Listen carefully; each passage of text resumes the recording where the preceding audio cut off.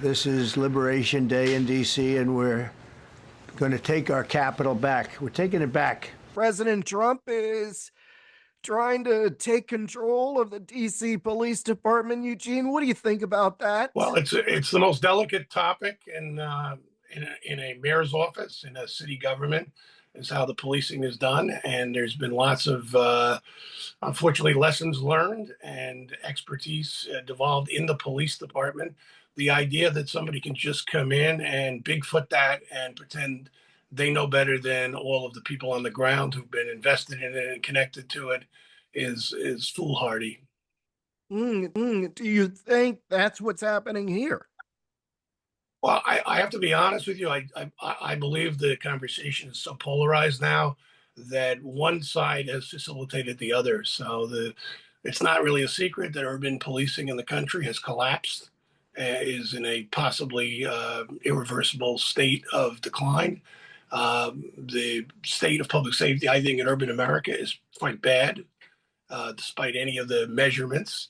And so he has room to run. Of course, Trump being Trump, he runs in the wrong direction and prioritizes the wrong things. But public safety is a serious issue, and anybody who thinks it's not is deluding themselves. You, as a former member of the NYPD, which is, I think, still one of the best police departments in the country, certainly, but in the world, 35,000 or so strong. DC, of course, does not have that kind of manpower on the streets, but even DC police, with the problems that they've had in recent years, according to their data, year to date, crime is down 26%, which is fairly significant. Now, those are not good measurements. Ask people in urban America how they feel. Ask people whether they take the train at night. Ask people whether they feel safe in the center business district. Ask them whether they buy an electric bike and leave it out in front of the store. There's a lot of different measurements. Ask them whether again, public safety, public transit has had a huge problem in DC with ridership. And it's not just because of the pandemic. There's a perception that people are on their own. There's not a reliable infrastructure. The police are not dependable because they've been essentially paralyzed, and the agencies themselves are in collapse numerically and in terms of the leadership in some cases, the impossible demands that are put on them. So anybody thinks, you can just point to murders and rapes and robberies, and that's the whole story on urban public safety. Ask people who live in cities and look at city after city after city. Show me an American city that's vibrant after dark, where people do not have security concerns, red state or blue state. Show me. So what I hear you saying is, despite the positive numbers that the police departments may be putting out, the most important measure, in your view, is the public perception.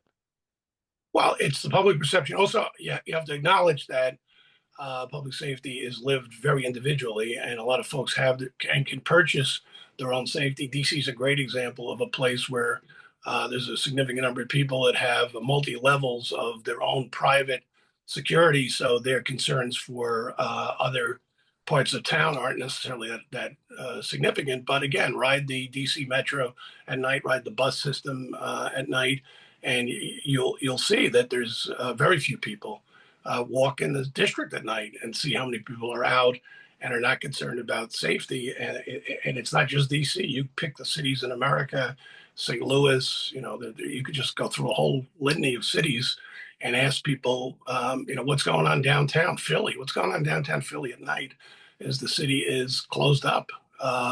You can't find a convenience store that's open. You can't find a restroom if you need to use that. You've got all kinds of layers of, so there's giant noise issues. Cars are driving through lights. You've got a sense of insecurity, and that's because people know the police are no longer the factor they once were. They might get there. If they get there, they're going to tell you they can't do much. You have a prosecutor in a lot of these cities that you're going to have to fight to get any cases made with that prosecutor. So we've got real serious urban public safety issues. The Trump approach to send in the National Guard, again, typically is just totally not responsive to the actual issues that we have in the country, but that's not really a surprise. What our listeners and viewers might be hearing is the justification for President Trump to do what he's announced he's going to do. But you're not saying that's the right approach either. No, it has to be collaborative. It has to be sensible. It has to be sensitive to the fact we're talking about race relations. Policing in cities is about race relations. His track record on that stuff is not good. There is a crying need to try to reassemble policing in America. Try to start from scratch. It is really in horrific condition. You mentioned the NYPD. It is a good organization. Unfortunately, it's in a state of absolute collapse at this point. You cannot get people to go near that profession. The people who go in can't wait to get out. Their whole job is to avoid conflict all day, every day. Since their job is conflict, that's really hard. So if you talk to most cops in America now, their job is basically go to work, try to stay out of internal trouble. The public safety stuff is incidental. If you have to go to a call here and there, you do that, but you're just trying to get through 8 hours without getting into any kind of trouble, any kind of recrimination, and just leave for the day. And you're counting the days and you're regretting the times that you took the job. And that is across the board. You'd have some rare exceptions to that. And you do not have police people now telling friends and relatives to take the job. On the contrary, you have police people telling people to, run, Forrest, run. What do you say to the students who want to go into law enforcement?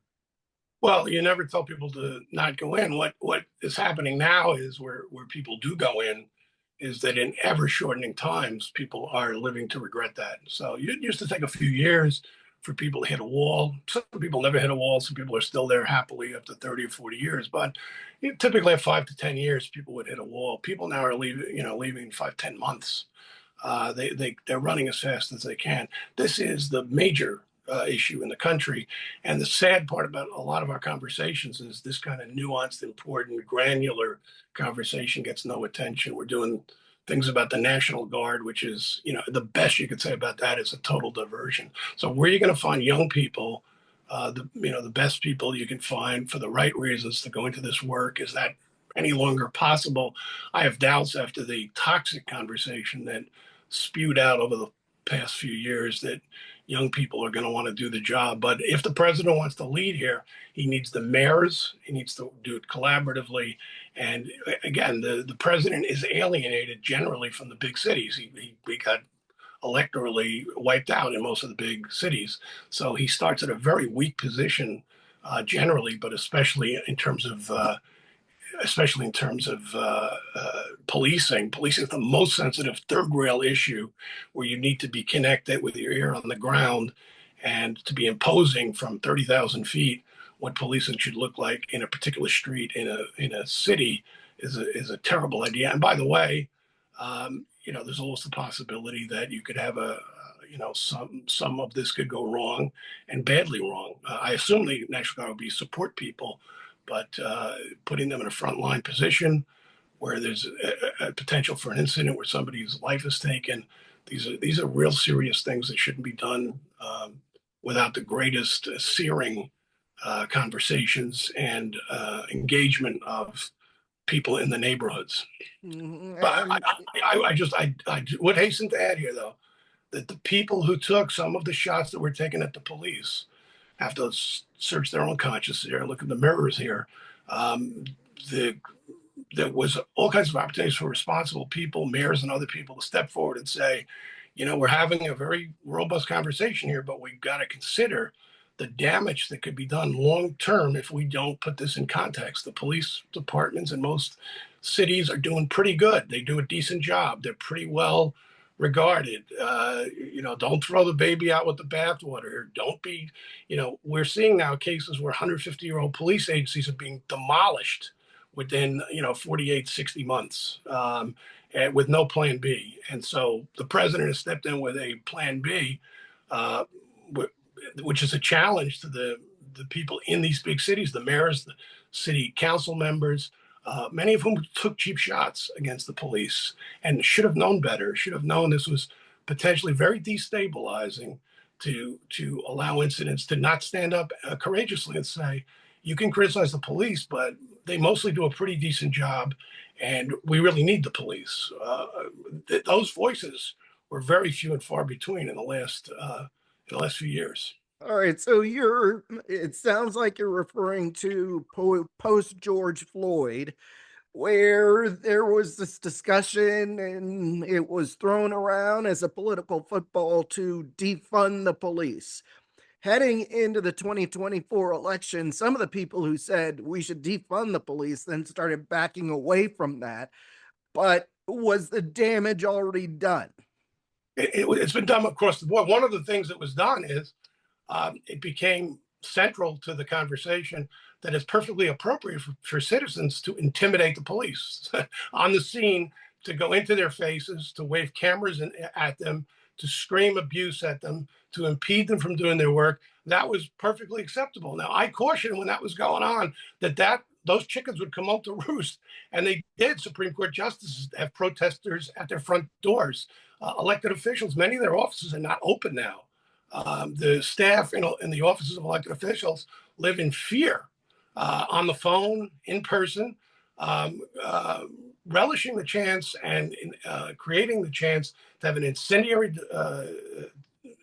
environment, encouraging people to impede public officials from doing their job. That was a very bad idea, and that has become a mainstream idea, that it's perfectly okay when the police are trying to take somebody into custody for a terrible domestic violence, for 12 people to impede, obstruct, criticize, shout out the police. Where were the elected officials? I didn't see any single one elected official in a big city. I'm sure there was somebody step forward and say, we can't be going down this path. Once you start delegitimizing that kind of infrastructure, then I think we're off to the races. Elected officials, now you have political violence taking place. You have some very serious dynamics going on in the country. There was an opportunity a few years ago to do it. It's not too late now to restate where the police need to be, the leeway they need to do their work. Otherwise, you'll have the National Guard.